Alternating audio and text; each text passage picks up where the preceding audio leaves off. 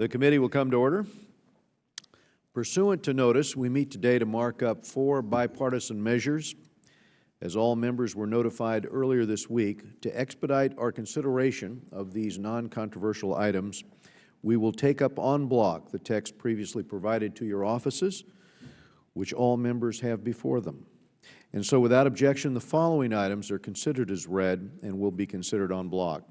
H.R. 1897, the Vietnam Human Rights Act of 2013. House Resolution 131, concerning the ongoing conflict in the Democratic Republic of Congo. The bipartisan amendment in the nature of a substitute to House Resolution 131, offered by Congresswoman Bass. House Resolution 273, expressing the sense of the House that the President should nominate an Inspector General of the Department of State and Broadcasting Board of Governors. House Resolution 222, recognizing the long-term partnership and friendship between the United States and the Hashemite Kingdom of Jordan, and the bipartisan amendment in the nature of a substitute to House Resolution 222, offered by Mr. Meeks. All members may have 5 days to submit statements for the record on any of today's measures. And after recognizing myself and the ranking member for brief opening remarks, I will be glad to recognize any committee members seeking recognition to speak on any of these measures. I am a strong supporter of House Resolution 1897, the Vietnam Human Rights Act of 2013. Subcommittee Chairman Smith has worked hard on this bill, and over the years, this committee has held many hearings on Vietnam.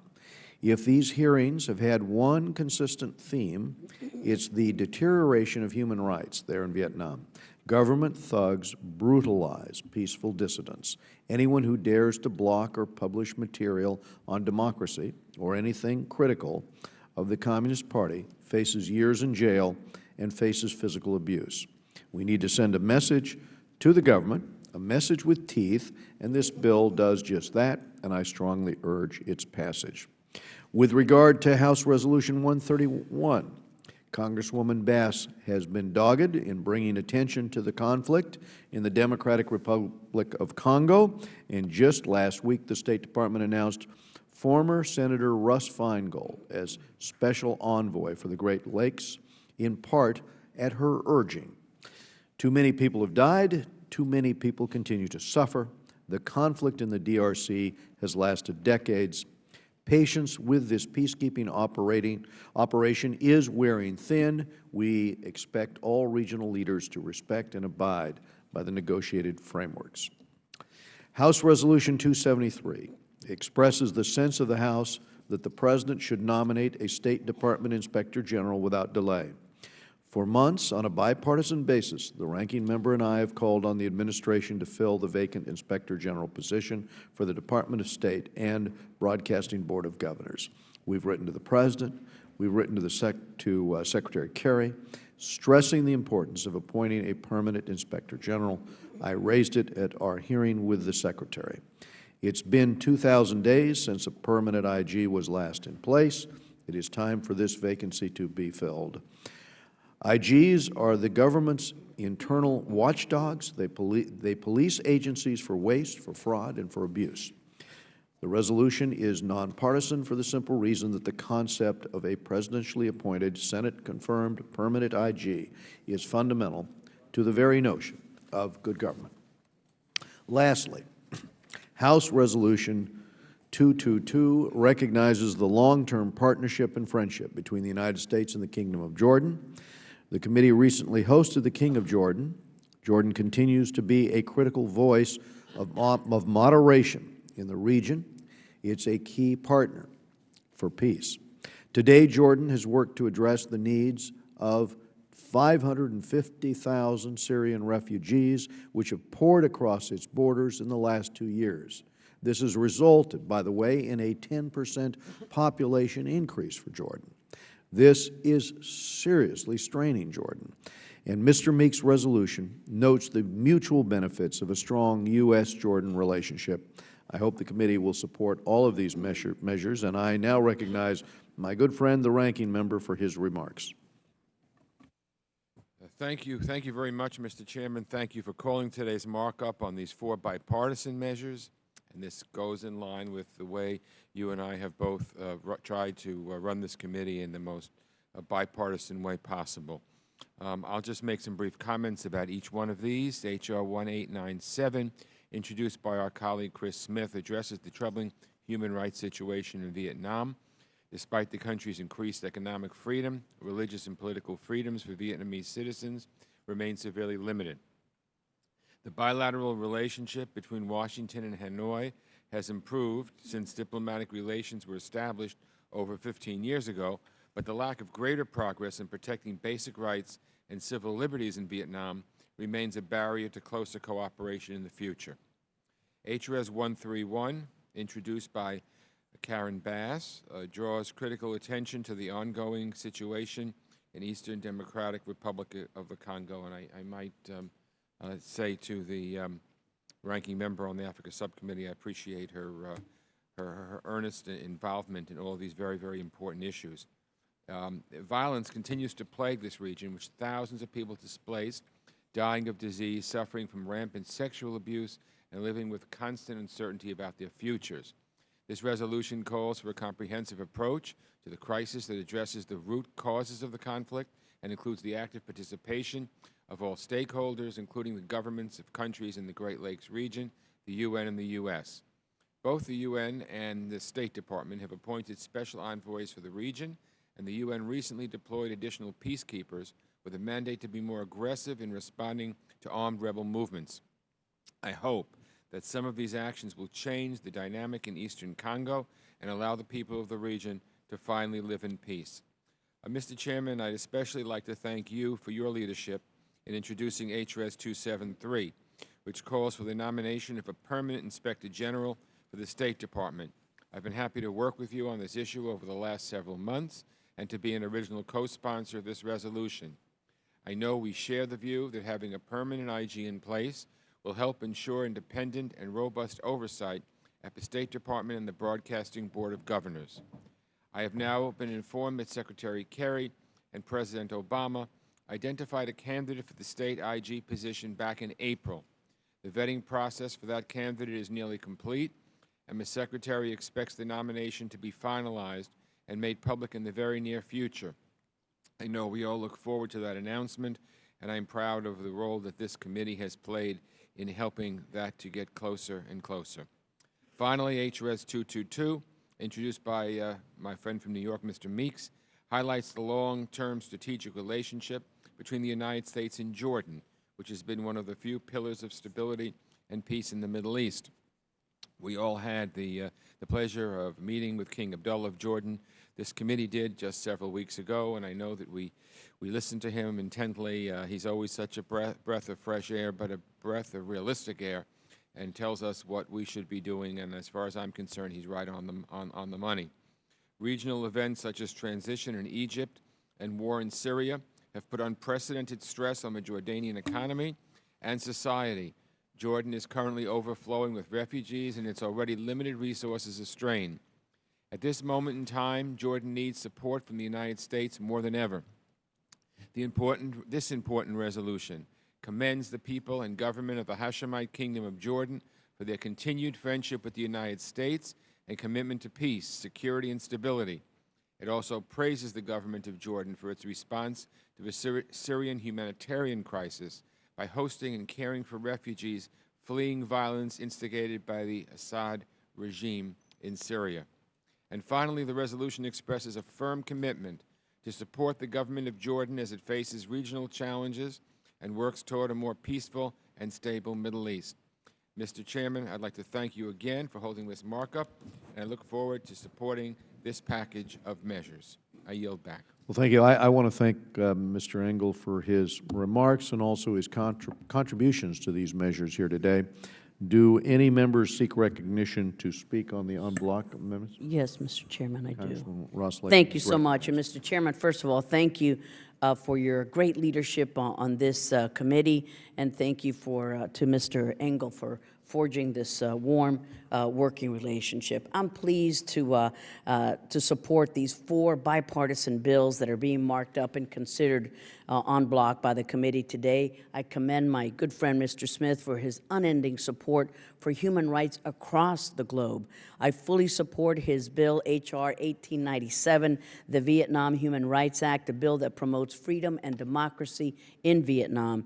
The United States is the world's leading expert when it comes to living up to these 2 ideals, yet too often we find ourselves sending money to governments that deny their citizens even the most basic human rights without leveraging that assistance to push for change to the status quo. One of the most important provisions of his bill would condition aid to Vietnam unless it meets certain specific requirements to improve its respect for human rights. This is an important way by which the United States can push for real reforms within countries like Vietnam, and I fully support this measure.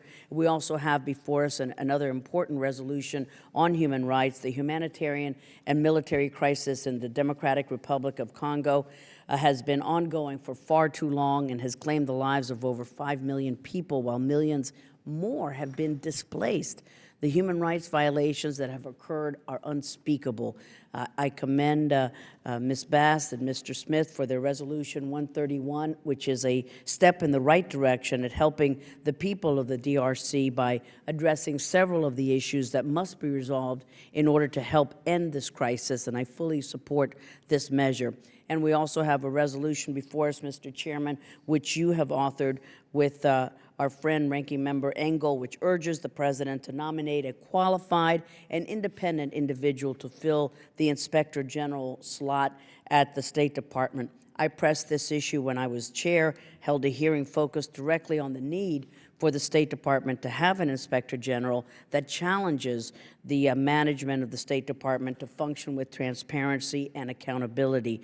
I've been concerned, as many of us here have been, that this important watchdog position has been vacant for 5 years now, and it is imperative that the President fill this slot post-haste.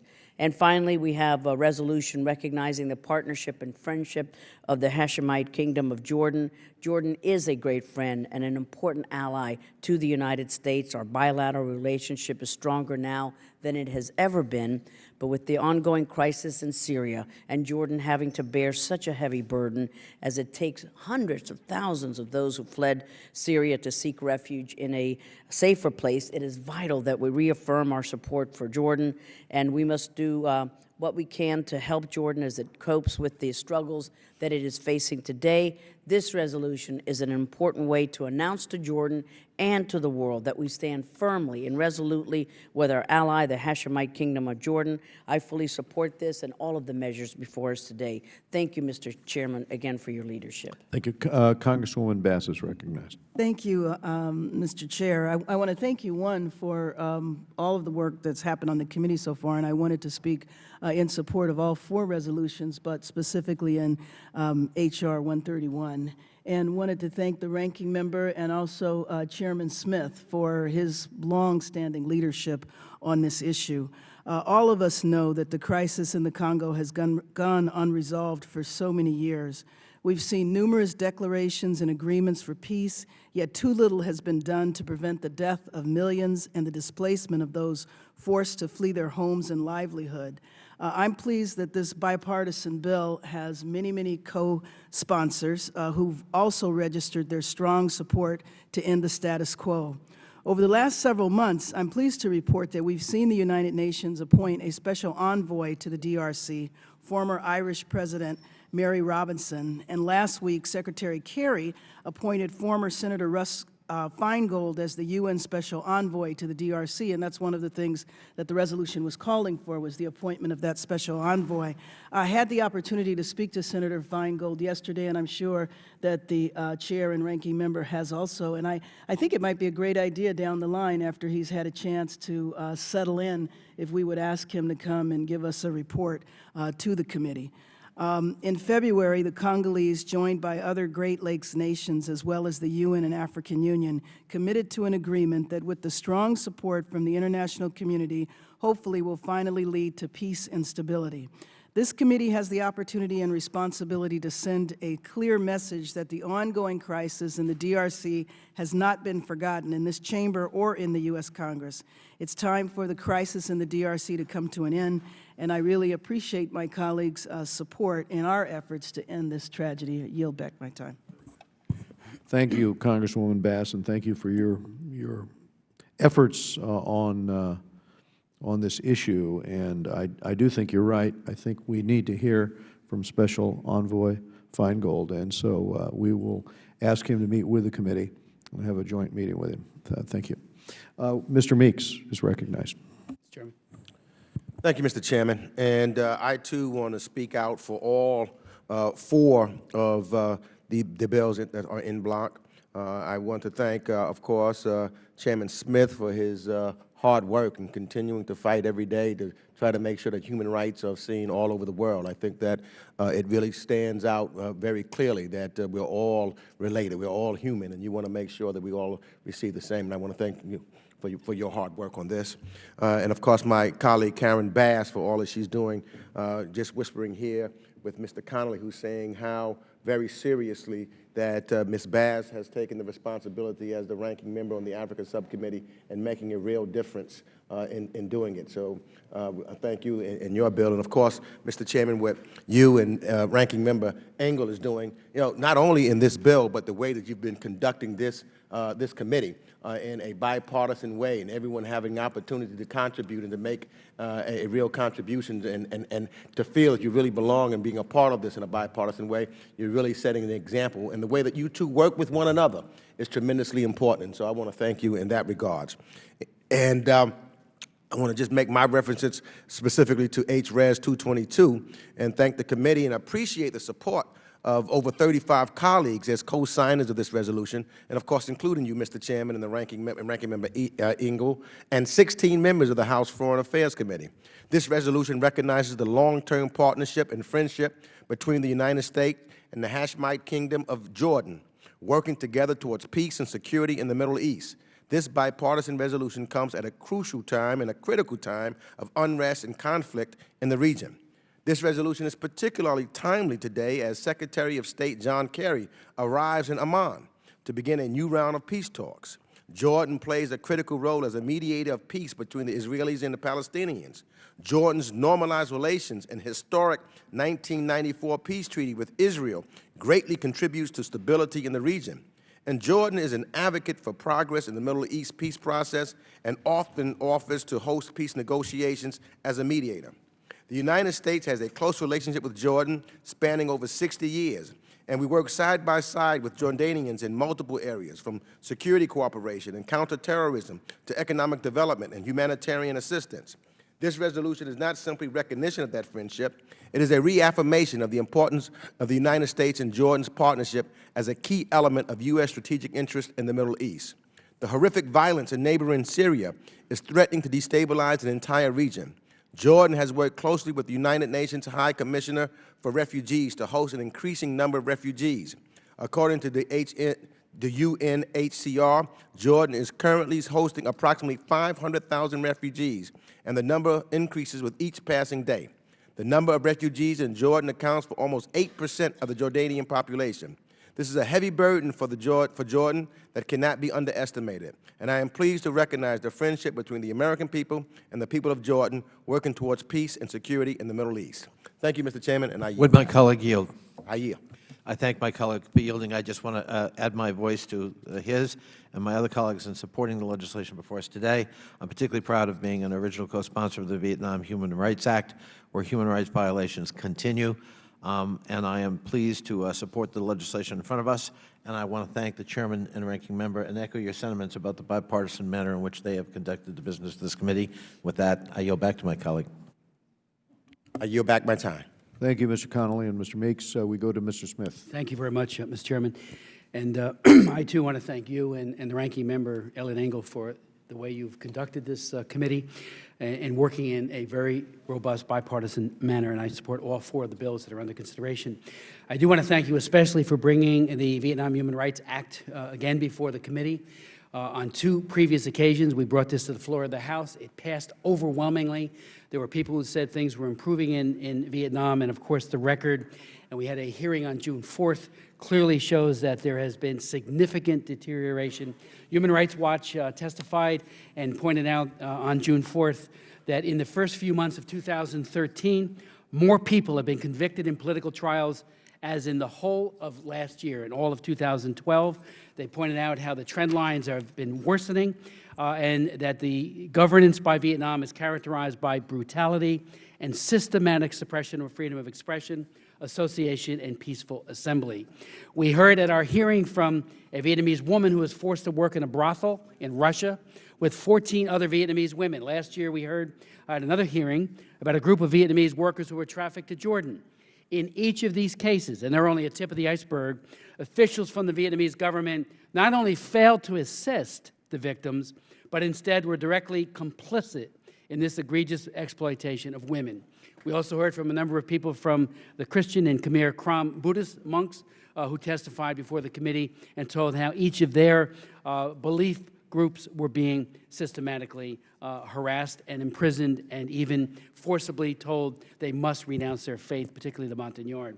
It's imperative that the United States government send an unequivocal message to the Vietnamese regime that it must end its escalating human rights abuses of its own citizens.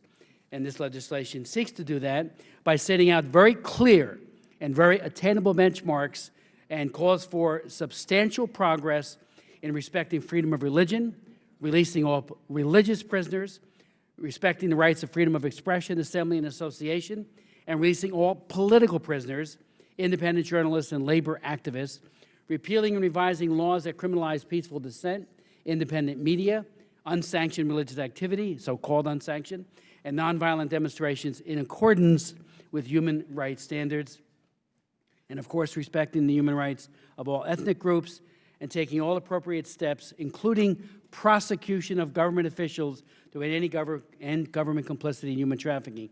I would note parenthetically the first case that was brought against Vietnamese officials pursuant to legislation that I authored in 2000, known as the Trafficking Victims Protection Act, was against Daewoosa, which had a sweatshop in American Samoa, and the Vietnamese government to this day has not honored the findings of that court, which held very high officials to account. Matter of fact, they were promoted in Vietnam to higher positions. So very serious human rights situation.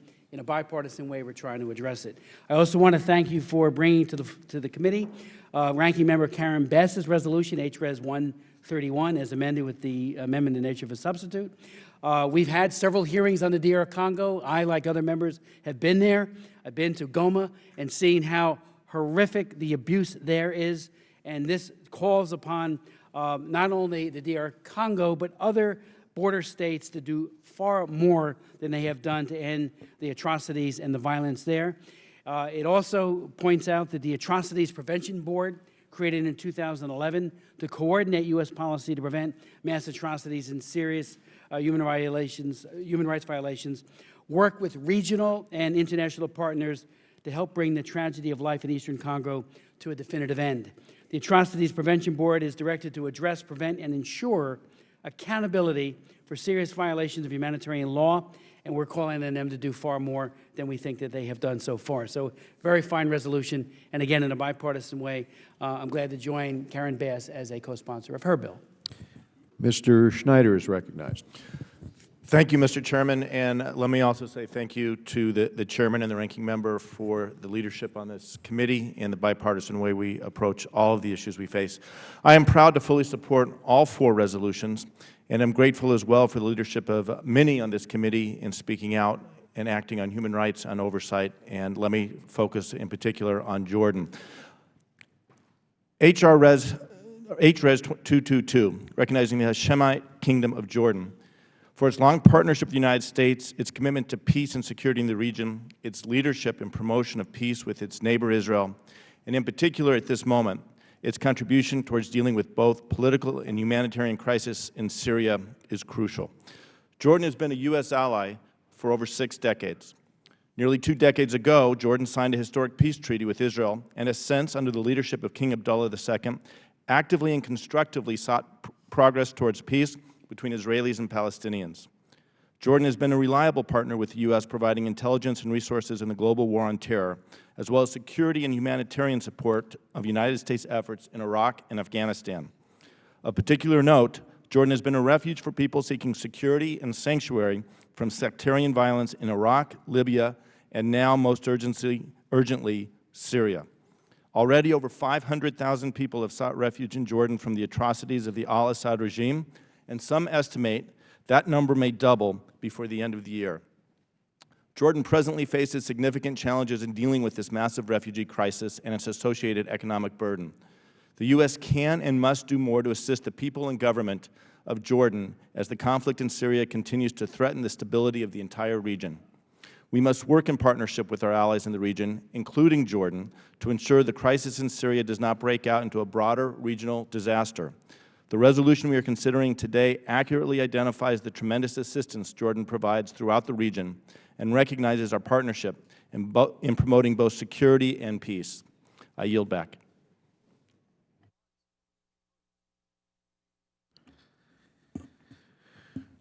Mr. Barry, did you seek recognition? I do. Yeah. Before we go to you, I think Mr. Rohrbacher just indicated he'd like to seek recognition. Yes.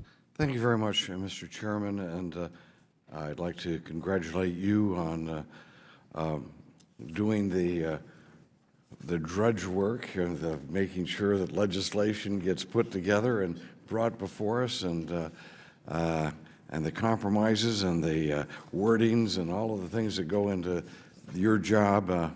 You're doing a good job for us, and especially on important issues like we are discussing today, and they are important. We're talking about human rights in Vietnam and in Africa, and acknowledging Jordan as a very important player in the Middle East and an important friend of the United States.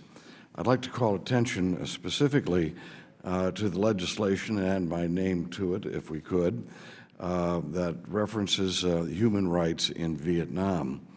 The people of Vietnam deserve special attention. They deserve the special attention that this legislation gives them. We encouraged the Vietnamese people during the height of the Cold War to resist the expansion of communism. They did so.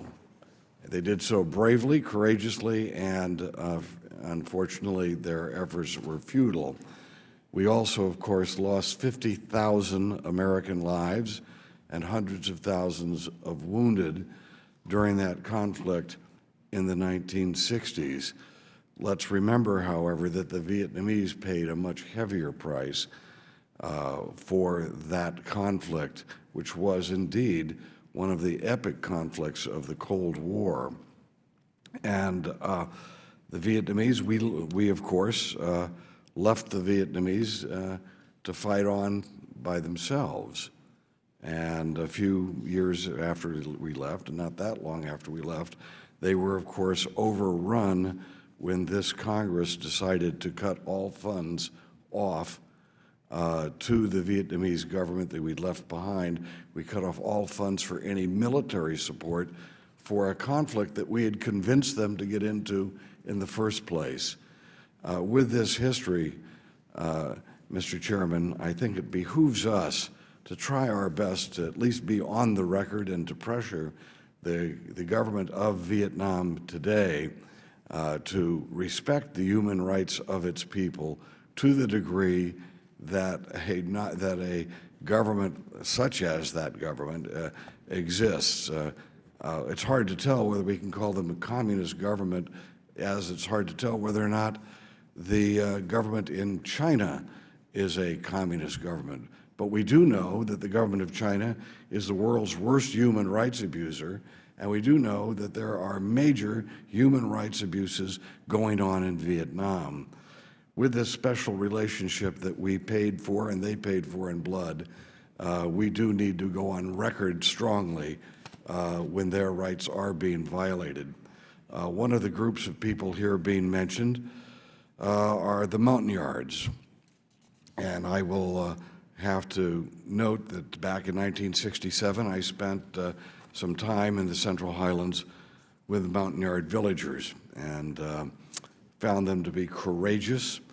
And I'll never forget, they give these little bracelets out that go around your arm that means you're a member of their tribe or their clan, I guess.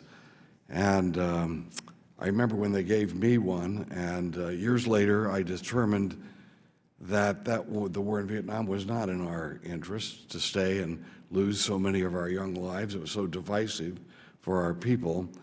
And I remember the day I decided that, I was in the shower, actually taking a shower, and that bracelet broke at exactly that moment.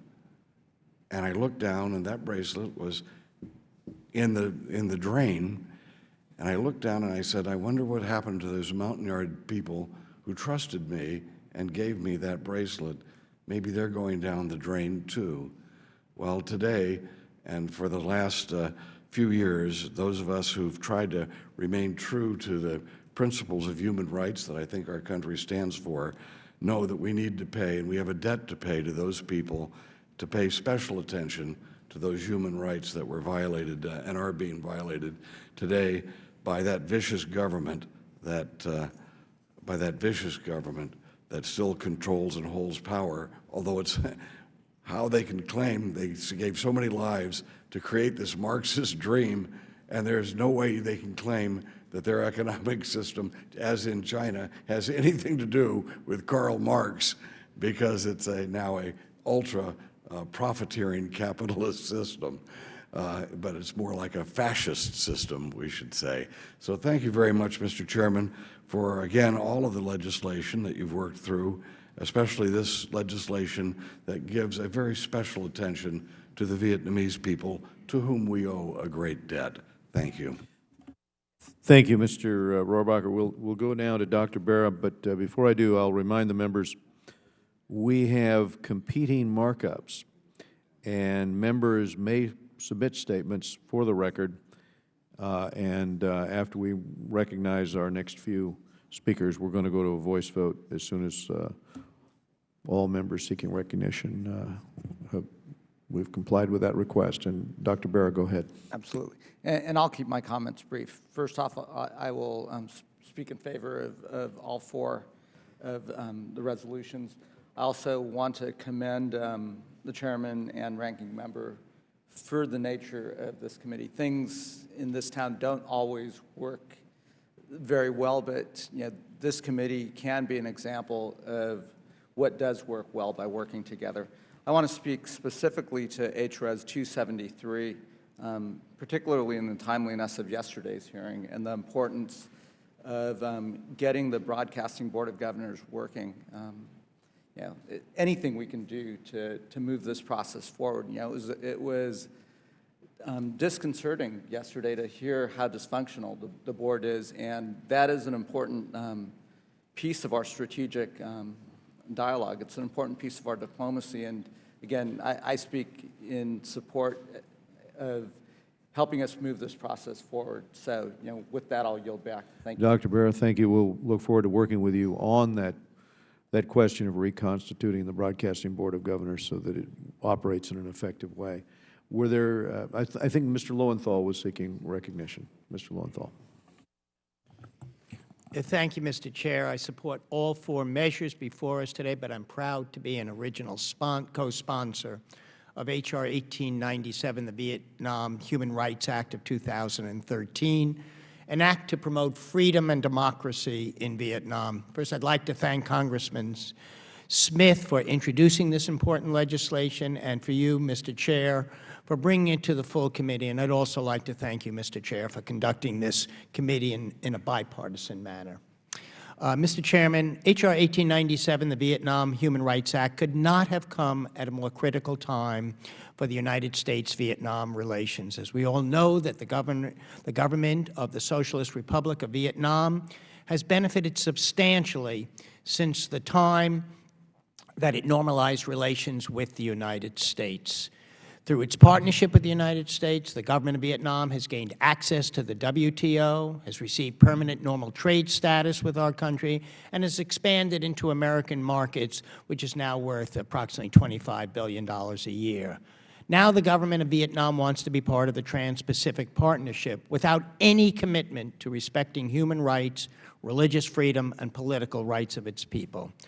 Despite the fact that Congress has passed numerous resolutions in the past calling on the United States government to pressure Vietnam into improving its human rights record, we seem to be gaining nowhere with progress on the ground. On the contrary, the government of Vietnam has stepped up its crackdown on activists, dissidents, and opposition voices in an unprecedented scale. This is due to the fact that increasingly intellectuals, former officials, and those who have worked for the ruling authorities are speaking out against the authoritarian regime and voicing their opinions for justice and for human rights. As reported by the Human Rights Watch on June 19th, blogger Trung Duy Nhat, blogger Pham Viet Dao, who is a former government official, and internet activist Win Chi Duc, a former member of the Communist Party, they have been recently arrested by the Ministry of Public Security just for exercising their rights. Moreover, bloggers such as Trung Duy Nhat, Pham Viet Dao have both been critical of the Vietnamese Prime Minister, Nguyen Thanh Young, and Vietnamese Communist Party Secretary General Nguyen Phu Thang. They have blamed them for mishandling the economy and calling for their resignation. It just goes on, Mr. Chair. Human rights abuses and crackdown on political dissidents are on the rise in Vietnam. While these activists represent the latest wave of crackdown on dissidents by the government, we should not also forget that many prisoners of conscience are still serving their long and unjust sentences from years ago, and they remain today in jail. It's with this heavy background of human rights abuses that I implore this Congress to pass the Vietnam Human Rights Act of 2013 to send a strong signal to the government of Vietnam to stand up for justice and human dignity. Just recently, on June 6th, I, along with Chairman Royce and Congresswoman Loretta Sanchez, and others, hosted a community town hall for the United States Ambassador to Vietnam, David Scheer, in my district, which is the heart of Little Saigon in Orange County, which is one of the largest concentration of Vietnamese outside of Vietnam.